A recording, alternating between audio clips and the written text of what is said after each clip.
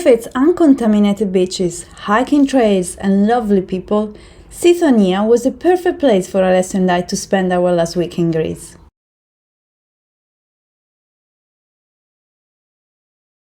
In northern Greece, just below the second largest Greek city of Thessaloniki, sits the Halkidiki peninsula.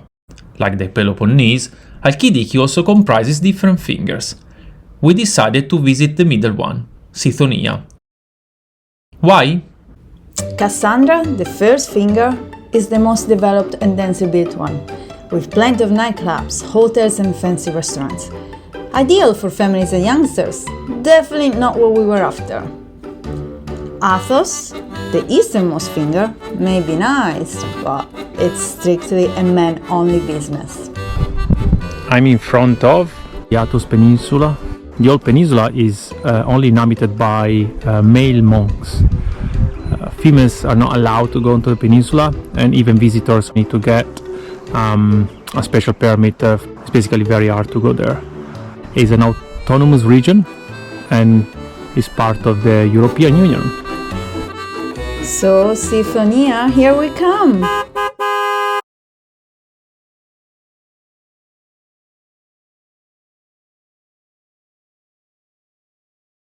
Sithonia is famous for its many beautiful, remote and uncontaminated beaches. We visited some.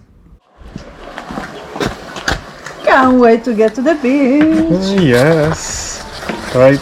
How many beaches are in Sithonia? There are, I don't know, but Lots. like maybe 15, 20.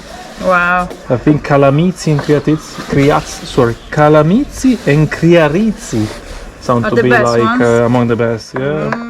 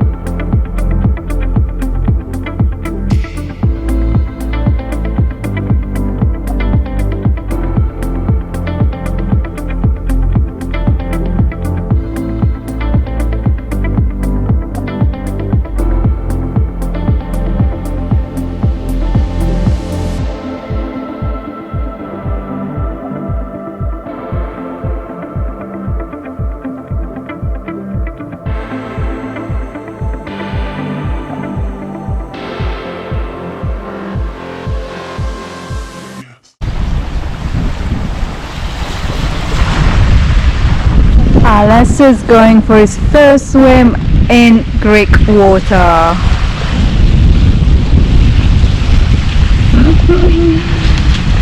How was it? Worth it. Well done!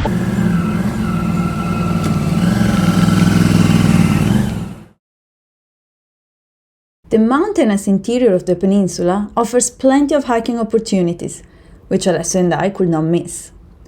On our first day there, we joined the local hiking group, and we did a bit more hiking on our own in the following days.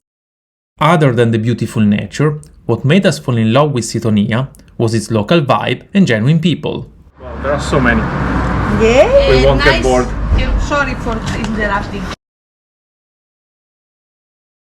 It's Criarizzi. Criarizzi as well. It's very nice too, little bit wild, but nice. We'll do that.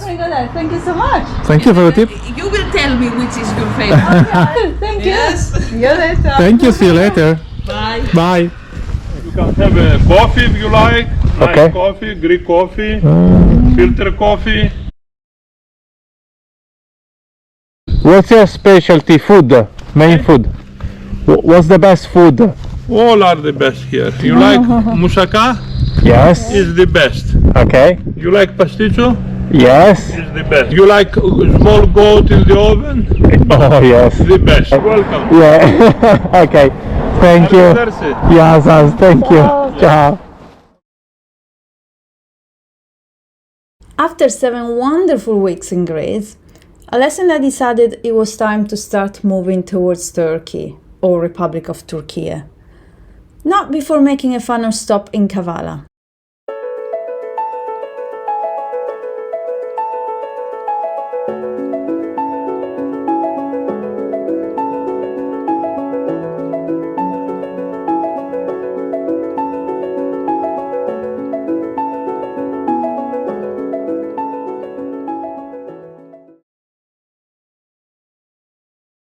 Between the late 19th and early 20th century, several cities in northeast Greece relied almost exclusively on the production of tobacco. Coastal cities like Kavala built several warehouses in neoclassical style near the coast. From there, tobacco could be shipped to the world through international companies. Warehouses were used for storing and processing tobacco leaves, which were grown in the Macedonia and Thrace area. Today, some warehouses have been restored and converted into public offices, malls, but most of them are abandoned.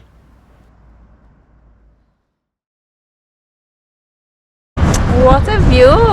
Yeah, you like it? Yeah, the aqueduct! Yeah. You know how is it called? No? It's called Kamares.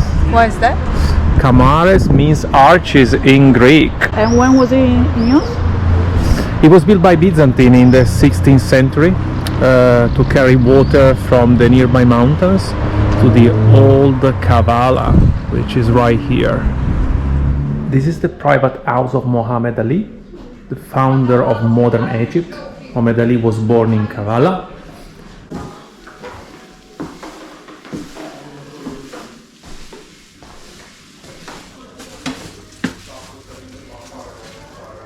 And here a fountain that gets water from the Kamares, the aqueduct we've seen earlier.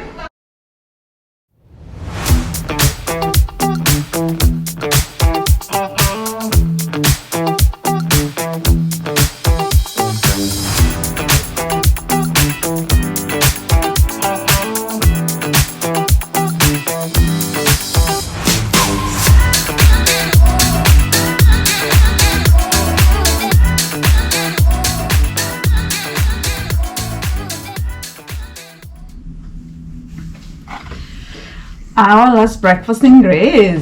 We are going to Turkey Yeah, we're crossing the border today. very soon. Yeah, I'm a little bit nervous about it. It's gonna be fine. It's gonna be fine. No, it's gonna be good. I'm sure it's gonna be good. It's just our first border crossing outside the EU Yeah. with our motorbike. Yeah, So but you never know. hopefully all the paperwork is done. We don't need a visa for ourselves, so that's good news. But we need. Insurance for the motorbike. Yeah, we don't have it. No. So we hope we can buy it at the border. We should be able, but there's no official information anywhere that we can find, especially around prices. Especially around prices, yeah. So hopefully we can buy the insurance for the motorbike and we'll cross the border and start driving towards Istanbul. Yeah, we'll be there soon.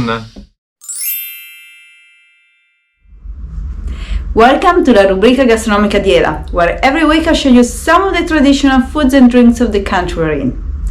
This week we try the most traditional Greek dishes and I'll take you with me to a Greek supermarket. Enjoy!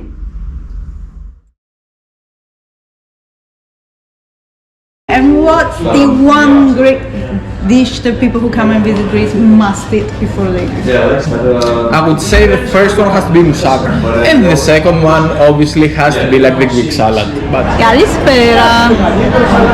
Tonight we're in a restaurant to try some of the traditional Greek dishes that Theo, if you remember in episode 3 in Athens, recommended. So we're starting with Greek salad. Greek salad is a traditional salad, as the name suggests, made of olives, tomatoes, onion, green peppers, feta cheese, olive oil of course, and some herbs. Oh, I forgot, there is cucumber as well. let's try it. Right. So what do you think of this salad? It's good. I mean, it's very simple, basic ingredients, but they're tasty. So Yeah, I think it's very fresh, very simple, but very tasty as well because the feta and olive oil clearly are very tasty. Yeah, it's a nice way to start your meal, I would say. And here is the star of the night, moussaka. Moussaka is made of 4 layers. You first have sliced potato at the bottom. On top of the potatoes you have minced beef. You then have oven roasted aubergine and finally bechamel sauce at the very top. Somehow it's similar to lasagna because of bechamel sauce and the minced meat, but then you also have the aubergine in between and most important you don't have pasta. So actually it's nothing like lasagna, but it looks really good. So we're now gonna give a try and let you know how we find that. it's really good. I had it a couple of times in London before. This sounds actually quite different. Super tasty. I mean, the mix of meat with bechamel sauce and aubergine is tasty. I actually prefer this to lasagna because I love aubergine. So here you have a mix of the beef, but also the aubergine, and the layer of aubergine is quite thick. So yeah, thumbs up from me and As well. There are some items that you will always find in Greek food markets, from the tiniest corner shop to the largest supermarket.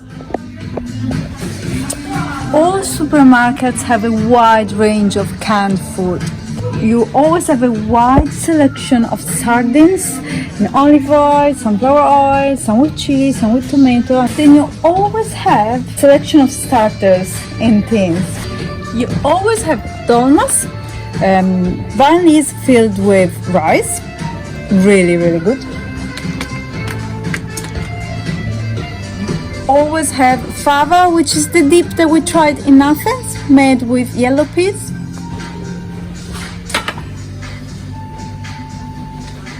You always have a lesson and my favorite, gigantes, massive beans in tomato sauce. When I say massive, I mean they're this big.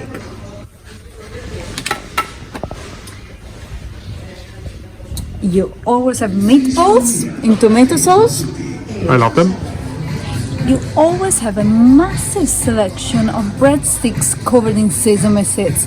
I think Alessa and I have had them every day since the first day I arrived in Greece. They're so good. And there's so many different types. But because we can't read Greek, clearly, we have no idea what the difference between them is, but they really taste different. My guess is that each type is made with different type of flour. But we don't care, we just eat them, they're delicious. Thanks for watching.